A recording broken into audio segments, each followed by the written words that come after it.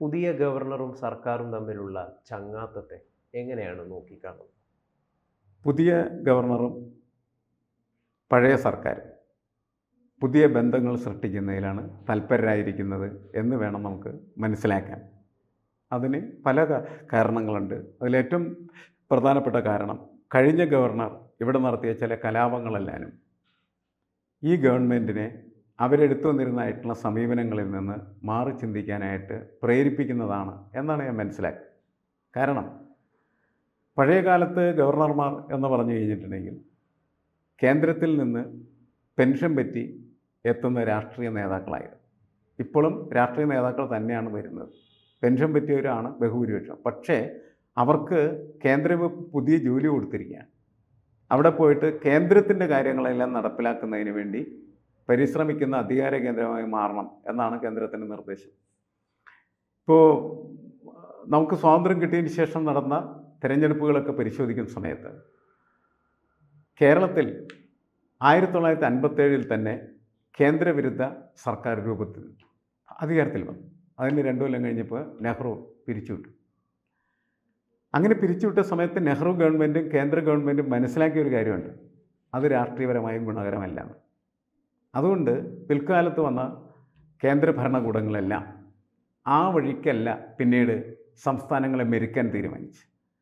ഭരണഘടനയ്ക്കകത്തു നിന്ന് അത് അനുശാസിക്കുന്നതായിട്ടുള്ള സാധ്യതകൾ ഉപയോഗിച്ച് എങ്ങനെ സംസ്ഥാനങ്ങളെ മെരുക്കാം എന്ന വലിയ ഗവേഷണം അവർ നടത്തുകയും ആ ഗവേഷണത്തിൻ്റെ ഒരു പരീക്ഷണശാലയായിരുന്നു കേരളത്തിലെ കഴിഞ്ഞ കാലത്തെ ആരിഫ് ഖാൻ എന്ന് പറയുന്നതായിട്ടുള്ള ഗവർണറുടെ പ്രകടനങ്ങളെല്ലാം.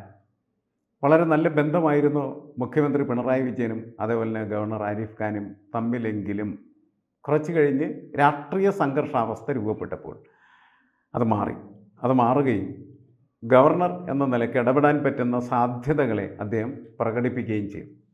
അതിൻ്റെ ഫലമായിട്ടുണ്ടാകുന്ന പ്രക്ഷോഭങ്ങൾ, ബഹളങ്ങളൊക്കെ നമ്മൾ കണ്ട അതിലൊക്കെ യഥാർത്ഥത്തിൽ CPM സർക്കാർ പരാജയപ്പെടുകയാണ്. ആ പരാജയമാണ് അവരെ മറ്റൊരു രീതിയിൽ ചിന്തിക്കാൻ ഇപ്പോൾ പ്രേരിപ്പിച്ചിരിക്കുക. കാരണം അത് അങ്ങനെ അധികാരമില്ലാത്തടത്ത് യുദ്ധം ചെയ്ത് പരാജയപ്പെട്ടിട്ട് കാര്യമില്ല. അത് മാത്രമാണോ എന്നുള്ള ചോദ്യം ഉയരുന്നുണ്ട്. കഴിഞ്ഞ ദിവസം റിപ്പബ്ലിക് ഡേ പരേഡിനിടെ ഗവർണറിൻ്റെ പ്രസംഗം വലിയ രീതിയിൽ ചർച്ചയാവുകയാണ്. മുഖ്യമന്ത്രിയെയും കേരളത്തിലെയും മലയാളികളെയൊക്കെ വാനോളം പുകഴ്ത്തിക്കൊണ്ടായിരുന്നു അദ്ദേഹം സംസാരിച്ചത്. മലയാളികൾ സിംഹങ്ങളാണ്. കേന്ദ്ര സർക്കാരിൻ്റെ നരേന്ദ്രമോദിയുടെ വികസിത ഭാരതത്തിൽ വികസിത കേരളം നിർബന്ധമായിട്ടും വേണം. കേരളം എല്ലാ മേഖലകളിലും അത്യുന്നതങ്ങളിൽ വിരാജിക്കുകയാണ് തുടങ്ങിയ അങ്ങനെയുള്ള വാക്കുകളാണ് അദ്ദേഹം ഉപയോഗിച്ചത്. ഇത് യഥാർത്ഥത്തിൽ വരുന്ന നിയമസഭാ തിരഞ്ഞെടുപ്പിന് മുന്നോടിയായിട്ട് ഗവർണർ RSSും അതോടൊപ്പം തന്നെ CPMും തമ്മിലുള്ള ഒരു ധാരണയുടെ ഇതായിട്ട് നമുക്ക് കാണാൻ വേണ്ടിയിട്ട് സാധിക്കുമോ? അങ്ങനെ കാണാൻ പറ്റുമോ? വ്യാഖ്യാനങ്ങൾ പല രീതിയിലും നമുക്ക് കൊടുക്കാം. പക്ഷേ ഗവർണർ വളരെ മാന്യവും മര്യാദയോടുകൂടി സംസാരിക്കുകയും പ്രവർത്തിക്കുകയും ചെയ്യുന്നു. ഗവർണർ പ്രതീക്ഷിക്കുന്നത് തിരിച്ച് സർക്കാരും മുഖ്യമന്ത്രിയും മര്യാദയോടുകൂടി മാന്യതയോടുകൂടിയും ഗവർണറോട് പെരുമാറുമെന്നാണ്. അങ്ങനെ വരുന്ന സമയത്ത് ഗവർണറെക്കുറിച്ച് ചില നല്ല വാചകങ്ങളെല്ലാം നിങ്ങൾക്ക് അടുത്ത ദിവസം പിണറായി വിജയനിൽ നിന്ന് കേൾക്കാൻ കഴിയും, ഈ സർക്കാരിൽ നിന്നും കേൾക്കാൻ കഴിയും. അത് ഭരണതലത്തിലുള്ള വളരെ സുന്ദരവും മനോഹരവുമായിട്ടുള്ള സൗഹാർദ്ദപരമായിട്ടുള്ള ഇടപെടലുകളായിട്ട് കാണാൻ മലയാളിക്ക് കഴിയേണ്ടത് ആവശ്യമാണ്. അല്ലാണ്ട് നിരന്തരമായിട്ട് ഇവർ രാഷ്ട്രീയ നേതാക്കളല്ല രണ്ടുപേരും. RSSൻ്റെ നേതാവാണ് ഗവർണർ എങ്കിലും CPMൻ്റെ നേതാവാണ് മുഖ്യമന്ത്രി എങ്കിലും അവർ സംസ്ഥാനത്തിൻ്റെ മുഖ്യമന്ത്രിയും സംസ്ഥാനത്തിൻ്റെ ഗവർണറുമാണ്. അവർ പരസ്പരം സഹകരിച്ച് പ്രവർത്തിച്ചെങ്കിൽ മാത്രമാണ് സംസ്ഥാനത്തിന് നേട്ടമുണ്ടാവുകയുള്ളൂ, ജനങ്ങൾക്ക് ഗുണമുണ്ടാവുകയുള്ളൂ.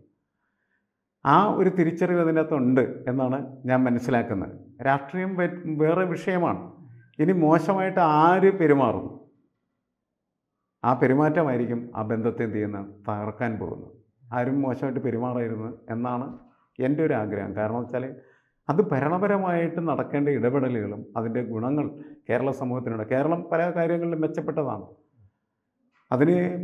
അതിന് കേരളത്തിലുള്ള മുഴുവൻ മനുഷ്യരും അതിൻ്റെ കോൺട്രിബ്യൂട്ടേഴ്സാണ്.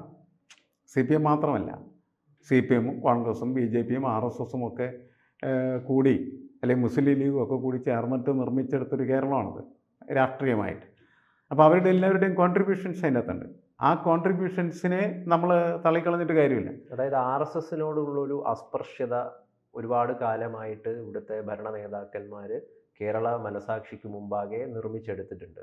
ആ അസ്പൃശ്യതയെ സമീപകാലങ്ങളിൽ അത് മാറി വരികയാണ്. വലിയ സ്വീകാര്യത സംഘപരിവാർ ആശയങ്ങൾക്കും RSS ആശയങ്ങൾക്കൊക്കെ ലഭിക്കുന്നുണ്ട്. അതിന് അങ്ങനെ ഇപ്പം സ്പീക്കറിൻ്റെ അടക്കം നിലപാട് നമുക്കറിയാമല്ലോ. അജിത് കുമാർ RSS നേതാവിനെ കണ്ടതിൻ്റെ ഭാഗമായിട്ട് RSS ഇവിടുത്തെ ഇന്ത്യയിലെ ഒരു പാർട്ടിയാണ്, നിയമപരമായിട്ട് നിൽക്കുന്ന ഒരു പാർട്ടിയാണ്, അതിന് ബാനൊന്നും വന്നിട്ടില്ല എന്നാണ് AN ഷംസീർ അടക്കം പ്രതികരിച്ചത്. ശരിയാണ് അത്. അതായത് ഈ അസ്പൃശ്യത എന്ന് പറയുന്നത് RSS നേരിടുന്നത് ഗാന്ധിവധത്തിന് ശേഷം. ഇപ്പോൾ ഗാന്ധിവധത്തിന് ശേഷം ഇന്ത്യയിലെ ഉരുക്കു മനുഷ്യൻ എന്ന് വിശേഷിപ്പിക്കുന്നതായിട്ടുള്ള പട്ടേലാണ് RSSനെ നിരോധിക്കുന്നത്. ആ നിരോധിച്ച കാലത്താണ് അവർക്കൊരു അസ്പൃശ്യത ഉണ്ടായത്.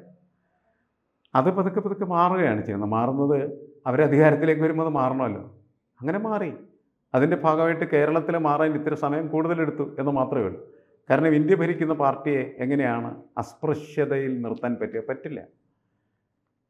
അത് ആ പഴയ തുടർച്ച കുറച്ച് കാലം ഉണ്ടായിരുന്നു, അത് കഴിഞ്ഞു. മാത്രമല്ല, ഞാൻ പറയുന്നത് RSSൻ്റെ രാഷ്ട്രീയത്തെ നമുക്ക് എതിർക്കാൻ കുഴപ്പമൊന്നുമില്ല. പക്ഷെ അവരുടെ പരിപാടികളിൽ പങ്കെടുക്കില്ല എന്നൊക്കെ ശാഠിക്കേണ്ട കാര്യമില്ല. അല്ലെങ്കിൽ അവരുടെ ഒരു പരിപാടിയിൽ ഒരാൾ പങ്കെടുത്താൽ അയാൾ RSSകാരനാണെന്നും പ്രഖ്യാപിക്കേണ്ട കാര്യമില്ല. നമ്മൾ പരിപാടികളിലൊക്കെ പങ്കെടുക്കുമ്പോൾ നമ്മളുടെ അഭിപ്രായങ്ങളാണ് പറയുന്നത്. ആ അഭിപ്രായങ്ങൾ പറയുമ്പോൾ നമ്മൾ ആരാണ് എന്ന് ജനങ്ങൾ തിരിച്ചറിയും എന്ന് മാത്രമേ. നിങ്ങൾ RSSൻ്റെ പരിപാടിയിൽ പങ്കെടുത്താൽ നിങ്ങൾ RSSകാരനാകുന്നില്ല. CPMൻ്റെ പരിപാടിയിൽ പങ്കെടുത്താൽ CPMകാരനാകുന്നില്ല. കാരണം ഈ സംവാദാത്മകമായാണ് രാഷ്ട്രീയ ആശയങ്ങൾ വളരുകയും വികസിക്കുകയും ചെയ്യുന്നത്. അതല്ലാണ്ട് ഏതെങ്കിലും ഒരാൾ പറയുന്നതല്ല മുഴുവൻ ശരി, ഏതെങ്കിലും ഒരാൾ പറയുന്നത് മുഴുവൻ തെറ്റുമല്ല. എല്ലാവരും പറയുന്നതിൽ കുറേ ശരികളുണ്ടാകും, കുറേ തെറ്റുകളുണ്ടാകും. ആ തെറ്റുകളെയൊക്കെ വേർതിരിച്ച് പാറ്റിക്കളഞ്ഞ് ശരികളെ സ്വീകരിച്ച് മുന്നോട്ട് പോകുമ്പോഴാണ് ഒരു സമൂഹത്തിന് ശരിക്കും പറഞ്ഞാൽ വളർച്ചയും വികാസം ഉണ്ടാകും. ഇപ്പോൾ ഡയലക്റ്റിക്കൽ മെറ്റീരിയലിസം എന്നത് CPM പറഞ്ഞുകൊണ്ട് നടക്കുമ്പോൾ അതിൻ്റെ ബേസിക് പ്രിൻസിപ്പിൾ ഇതാണ്. രണ്ടാശയങ്ങൾ തമ്മിൽ സംഘർഷത്തിൽ ഏർപ്പെടുമ്പോൾ അതിൽ മികച്ച ആശയങ്ങളാണ് പിന്നീട് അതിൻ്റെ ഒരു ഹൈബ്രിഡായിട്ട് രൂപപ്പെട്ട് വരുന്നത്. അങ്ങനെയാണ് സംഭവിക്കുക. അങ്ങനെ സംഭവിക്കണം. ഇന്നത്തെ ലോകത്ത് അങ്ങനെ അല്ലാതെ കാര്യങ്ങൾ ചെയ്യുന്നതിൽ അർത്ഥമില്ല എന്നുള്ളതാണ്. എല്ലാവരും പറയുന്നതൊന്നും മുഴുവൻ ശരിയൊന്നുമല്ല, എല്ലാവരും പറയുന്നത് മുഴുവൻ തെറ്റുമല്ല. ഈ പറയുന്ന പറച്ചിലുകൾക്കിടക്ക് കുറച്ച് ശരികളും കുറച്ച് തെറ്റുകളൊക്കെ ഉണ്ടാവും. ആ തെറ്റുകളൊക്കെ പിറക്കി കളഞ്ഞിട്ട് ശരികൾ സ്വീകരിച്ച് മുന്നോട്ട് പോകുമ്പോഴാണ് മനുഷ്യൻ ആരോഗ്യകരമായിട്ടുള്ള രാഷ്ട്രീയ സംവാദ പ്രക്രിയകളിൽ ഏർപ്പെടുന്നതെന്ന് നമുക്ക് ഉറപ്പുവരുത്താനായിട്ട് വരും. ആ സമീപനമാണ് വേണ്ടത്. ആ സമീപനത്തിൻ്റെ ഭാഗമായിട്ട് നമുക്ക് ഇതിനെ കാണാം. പക്ഷേ നിങ്ങൾ രാഷ്ട്രീയ മണ്ഡലത്തിൽ ഇറങ്ങി വെക്കുമ്പോൾ ഉടനെ തന്നെ കോൺഗ്രസ്സുകാരൻ വിളിച്ചു പറയും ഇത് RSSും CPMും തമ്മിലുള്ള അന്തർധാരയാണ് എന്ന് പറയും. എവിടെയാണ് ഇവൻ്റെയൊക്കെ അന്തർധാര? CPM ഇതുപോലെ തിരിച്ചു പറയാറുണ്ട്, അതുപോലെ BJPക്കാരും തിരിച്ചു പറയാറുണ്ട്. BJPക്കാർ പറയും അത് CPMൻ്റെയും കോൺഗ്രസിൻ്റെയും അന്തർധാരയാണ്. CPMകാർ പറയും BJPയും അതേപോലെ തന്നെ കോൺഗ്രസും തമ്മിലുള്ള അന്തർധാര. ഇതൊക്കെ ഇവന്മാരുടെ രാഷ്ട്രീയ കാപട്യങ്ങൾ മാത്രമാണ്. അത് കേരളത്തിലെ ആളുകൾ പതുക്കെ തിരിച്ചറിഞ്ഞുകൊണ്ടിരിക്കുകയാണ് ചെയ്യുന്നത്. ഇനി അത്തരത്തിലുള്ള വാചോടോപം കൊണ്ട് രാഷ്ട്രീയ പ്രവർത്തനം നടത്താൻ അവർക്ക് കഴിയില്ല. എല്ലാവർക്കും ഞാനത് ഇന്ന പാർട്ടിയൊന്നുമല്ല, എല്ലാ പാർട്ടിയും ആളുകളെ പറ്റിക്കാൻ വേണ്ടി ശ്രമിക്കുകയും ആളുകൾ പറ്റിക്കപ്പെടുന്നില്ല. ശരിക്കും ആളുകൾക്കറിയാം ഈ കഴുതകളിങ്ങനെ വർത്തമാനം പറഞ്ഞുകൊണ്ട് നടക്കണം. അതങ്ങനത്തെ ഒരു തിരിച്ചറിവ് ശരിക്കും സമൂഹത്തിനുണ്ടാവുകയും നമ്മുടെ രാഷ്ട്രീയം കുറച്ചുകൂടി സംവാദാത്മകമായിട്ട് മുന്നോട്ട് പോകേണ്ടത് തന്നെയാണ്. നിഷേധാത്മകമായിട്ടുള്ള ആശയങ്ങളെ നമുക്ക് തള്ളാം, നമുക്ക് മുന്നോട്ട് പോകാൻ സഹായിക്കുന്ന ആശയങ്ങളെ സ്വീകരിക്കാം. എന്തായാലും UGCയുടെ കരട് നിയമമൊക്കെ ഭേദഗതിയൊക്കെ വന്നിട്ടുണ്ട്, മാർഗരേഖകളൊക്കെ. അതിൽ ഗവർണറിന് പൂർണ്ണാധികാരം VCയെ ചുമതലപ്പെടുത്തുന്നതിൽ നിയമിക്കുന്നതിൽ പൂർണ്ണാധികാരം ഗവർണർക്കാണ്. സംസ്ഥാനത്തിൻ്റെ അധികാരം മുഴുവൻ എടുത്തു കളയുന്ന രീതിയിലാണ് അത് നിർമ്മിച്ചിരിക്കുന്നത്. അത് ആദ്യം തുടക്കം വന്നപ്പോൾ സർക്കാർ വലിയ രീതിയിലുള്ള സ്വരങ്ങൾ ഉയർത്തിയായിരുന്നു അതിനെതിരെ. തമിഴ്നാട് പ്രമേയം പാസാക്കി നിയമ വഴിയെ മുമ്പോട്ട് പോകുമെന്നാണ് പിണറായി വിജയൻ അടക്കം പറഞ്ഞത്. എന്തായാലും ഇപ്പോൾ രൂപപ്പെട്ടിരിക്കുന്ന ഈ ഒരു പുതിയ ചങ്ങാത്ത കൂട്ടുകെട്ടിൻ്റെ ഭാഗമായിട്ട് ഇനി ഏത് ഒരു നടപടിയാണ്, ഏതൊരു അഭിപ്രായമാണ് ഈ ഒരു മാർഗരേഖയിൽ എടുക്കുക എന്നുള്ളതും നമ്മൾ കണ്ടറിയേണ്ടതാണ്. വീണ്ടും അവിടെ ഒരു പോരാട്ടം ഗവർണറുമായിട്ടുണ്ടാകുമോ എന്നും നമുക്ക് ആലോചിക്കേണ്ട ഒരു കാര്യമാണ്. അല്ല, ഇതിൽ ഏറ്റവും പ്രധാനപ്പെട്ട കാര്യം എന്ന് പറയുന്നത് ഞാൻ നേരത്തെ പറഞ്ഞു, 57-ൽ സർക്കാരിനെ പിരിച്ചുവിടുന്ന സമീപനമാണ് ഉണ്ടായത്. അത് മാറി. പക്ഷേ സർക്കാരിനെ നിയന്ത്രിക്കേണ്ട എന്ന് കേന്ദ്ര ഗവൺമെൻറ് ഒരു കാലത്തും തീരുമാനിച്ചിട്ടില്ല. കോൺഗ്രസും തീരുമാനിച്ചിട്ടില്ല, BJPയും തീരുമാനിച്ചിട്ടില്ല. അപ്പോൾ സംസ്ഥാന സർക്കാരുകളെ നിയന്ത്രിക്കുക എന്ന് പറയുന്നത് കേന്ദ്ര സർക്കാരിൻ്റെ അജണ്ടയാണ്. അതിന് എന്ത് സാധ്യതയുണ്ടെന്നാണ് അവർ അന്വേഷിക്കുന്നത്. ആ സാധ്യതയുടെ ഭാഗമായിട്ടാണ് ഗവർണർമാരെ അവരെ പുതുക്കിക്കൊണ്ടിരിക്കുന്നത്. ശരി, ഒരുതരം മെറ്റമോർഫോസിസ് നടക്കുന്നുണ്ട് അതിനകത്ത്, ഈ അധികാര സംവിധാനങ്ങളിൽ. അത് തിരിച്ചറിയലാണ് പ്രധാനപ്പെട്ട കാര്യം. അത് അവരത് ചെയ്യും. ഇവർക്ക് പറ്റുന്ന രീതിയിൽ അവർക്ക് പ്രതിരോധിക്കാം. ഒച്ചയും ബഹളം ഉണ്ടാക്കിയിട്ടൊരു കാര്യമില്ല. സൗണ്ട് ആൻഡ് ഫ്യൂറി എന്ന് പറയുന്നത് ഒന്നും നിർമ്മിക്കുന്നില്ല. നമുക്കത് കാത്തിരുന്ന് കാണാം. ശരി.